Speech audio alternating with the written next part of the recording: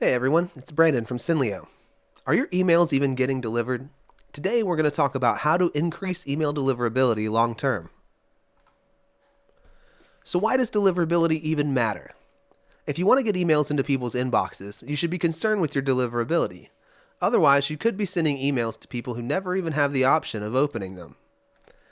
See, it starts when you send an email from your marketing platform. The next thing that happens is the mailbox providers analyze the message to determine if it's spam. If they like what they see, your recipient receives the message. Otherwise, your message is blocked or delivered to the spam folder, never to be heard from again. So what does this mean?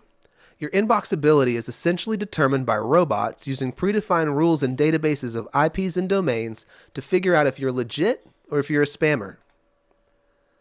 So how does that affect your business? If you're running email marketing campaigns, thinking about deliverability should be at the core of everything you do and every decision you make. Otherwise, you're shooting yourself in the foot. So let's say we send an email to 1,000 recipients, and you get a 20% open rate. It's pretty good. That means 200 people opened your message. And you drove 25 clicks in the email you sent. That's great, right? Well, that also means that 800 people never opened your email at all. So who are those people? Well, 470 of them received the email, but they just weren't interested. 30 of the emails bounced and weren't received at all. And 300 emails were sent to the spam folder or blocked by the mailbox provider. That's more than all the opens you received. So see, the bounced and disengaged recipients caused 300 emails to not be delivered to real, potentially engaged recipients. And this cost the business over half of its potential clicks. In email deliverability, sender reputation is everything. Keeping your sender reputation in good shape is critical. Your sender reputation is the culmination of your activity as a sender, the content you send, and how people react to what you send. And this can be broken down into 3 types. Your IP reputation was one of the first methods used to detect spam. Mailbox providers analyze the content coming from IP addresses and will cease deliverability for IPs found to deliver high volumes of spam. For this reason, it's important to be careful about sending email on shared IP addresses. Content reputation is a combination of the message content and the way people react to it. Certain keywords or content practices can get you flagged as spam, and if you have a high rate of unsubscribes, complaints, or low open rates, your content reputation will suffer. And your domain reputation is similar to IP reputation in that domains sending high volumes of spam will be blocked. The major difference is the domain reputation carries across IPs and message delivery systems. So first things first, check your content. The copy and formatting of your emails is the easiest thing to fix when improving your deliverability. You check your copy. Using certain words and phrases can get your email automatically classified as spam, even if you have everything else in line. Types of phrases that trigger spam filters: explicit or pornographic language, pharmaceutical drug names like Viagra, illicit drug names like cannabis, talking about working from home, talking about large dollar amounts like thousands or millions, manipulative words like act now, outlandish claims like once in a lifetime, awkward greetings like dear friend, needy subject lines like please open, and then claiming not to be spam. You should also check your layout for rendering issues across as many email clients as you can. If your emails are rendering poorly, recipients may mark your messages as spam. Low-quality audiences destroy campaigns. Keeping your audiences up to date and monitoring your audience engagement is paramount when trying to increase deliverability and open rates. Low-quality audiences will ignore, delete, or mark messages as spam. Open and click rates are low. Unsubscribe rates are high. You could be fined for violating regulations. And overall, your recipients are unsatisfied and disengaged. They think your business is shady. High-quality audiences will engage with content and are happy to receive it. The open and click rates are high. Unsubscribe rates are low. Emails convert better, and you have happy recipients who have a positive view of your business. But I have this old list that I really want to send to, you say. Well, you can transform low quality into high quality. In this example, we'll take a stale audience of 1,000 recipients and pull out the most engaged members. So we start with our audience of 1,000 people. The first thing we do is send a reintroduction email. We'll send this out in 50 emails a day, and it reintroduces the business. We'll unsubscribe all bounces and spam complaints. This will leave us about 750 people. After that, we'll unsubscribe the inactives. To do that, we unsubscribe all recipients that haven't opened the previous email 5 days after receiving it.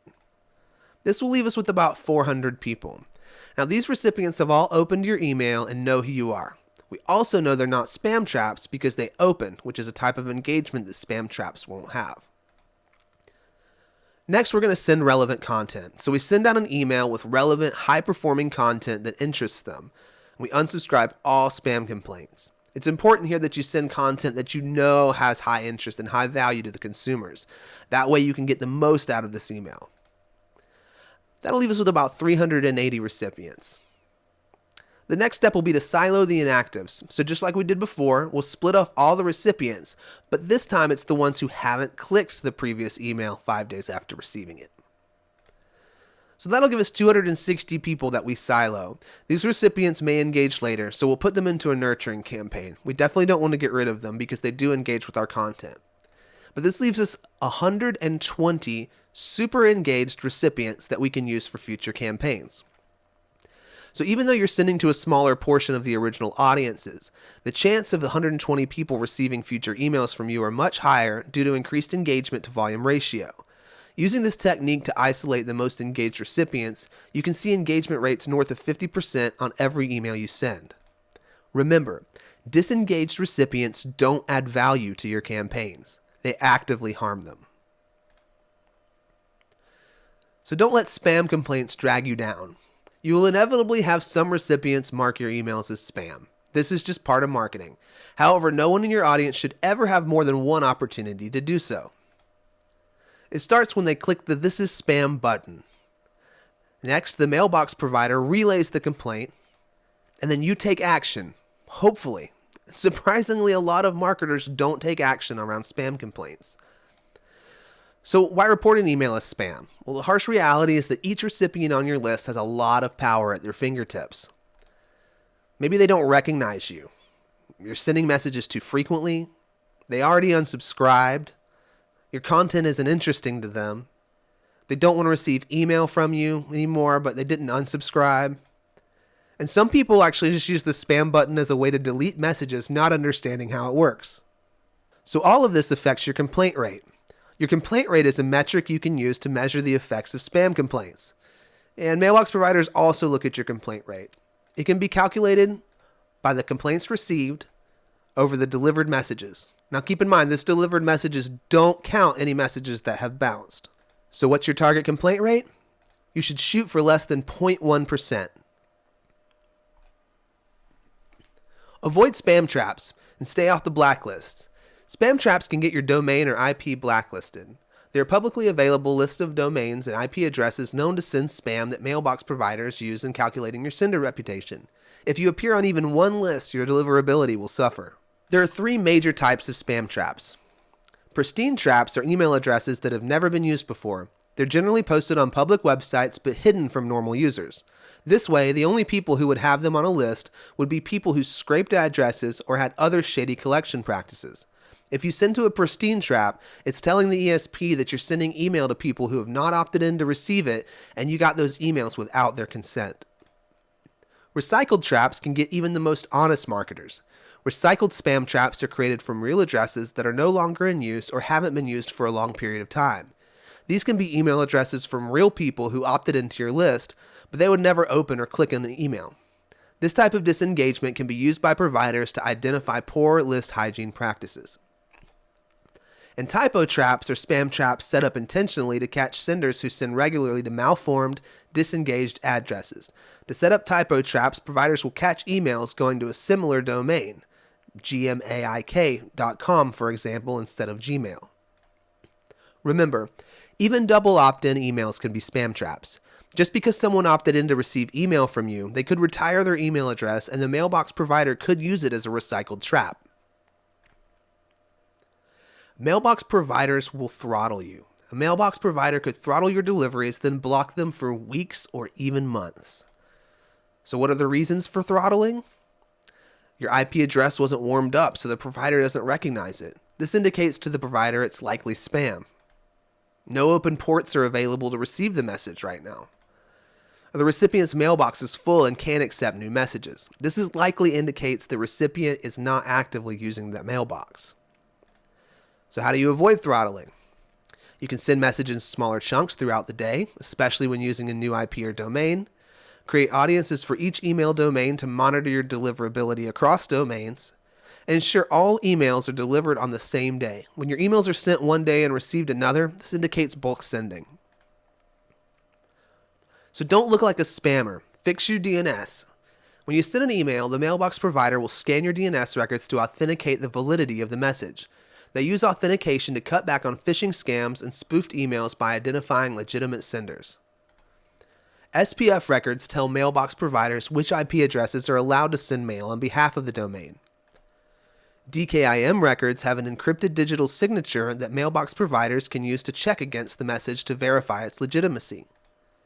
And DMARC records allow the domain owner to instruct the mailbox provider how to handle messages that fail authorization. When you're looking at your DNS, you want to ensure that you have all three of these implemented. So the key takeaways. Email deliverability is your ability to get an email into your recipient's inbox. Sender reputation is everything. Keeping your sender reputation in good shape is critical. Check your content for trigger phrases. Make sure that your copy and design don't get you flagged as spam. Low quality audiences destroy campaigns. Only send to the most engaged members in your audience. And keep your spam complaints in check. Aim for a spam complaint rate of less than 0.1%. Avoid spam traps. Monitor your list for potential spam trap addresses. And finally, set up your DNS properly for your domain. Show mailbox providers you are who you say you are. Thanks a lot. For more info, check out www.synlio.com. And at Synlio, we believe that every customer needs the right message.